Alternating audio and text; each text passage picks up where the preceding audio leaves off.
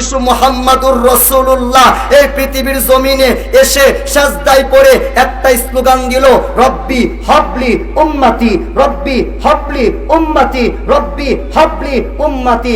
আমার নবী এই জাহান ও জাহান দুই জাহানের বাদশা, কিন্তু পেটে একবার পাথর বাঁধে, কোনোদিন পেট ভরে খাবার খাই না, আরামের বিছানায় পিঠ লাগাই না নবী গো। কারণ কি? রব্বি হাবলি উম্মতি। দয়াল নবী দুই জাহানের বাদশা তায়েফে গিয়ে অপমানিত হয়, কিন্তু বলে রব্বি হাবলি উম্মতি। দয়াল নবী কুল কায়নাতের মূল নবী মুহাম্মাদুর রাসূল, কিন্তু উহুদের ময়দানে গিয়ে বলে রব্বি হাবলি উম্মতি। ইন্তেকালের পর সাদা কাপড়ের নিচ থেকে বলে রব্বি হাবলি উম্মতি। কবরে যখন উম্মত যায়, দয়াল নবী কবর মুবারকে চলে আসে, বলে রব্বি হাবলি উম্মতি। কিয়ামতের দিন বাবা ভুলে যাবে, মা ভুলে যাবে, ভাই ছেড়ে যাবে, বন্ধু ভুলে যাবে, কিন্তু নবীর জবানে একটা স্লোগান, রব্বি হাবলি উম্মতি, রব্বি হাবলি উম্মতি। সেই নবীর কথা হাদিস হয়ে গেছে, আমরা মুফতি হয়ে গেছি, আমরা আলেম হয়ে গেছি, কিন্তু বাবা এখন রবিউল আউয়াল মাসে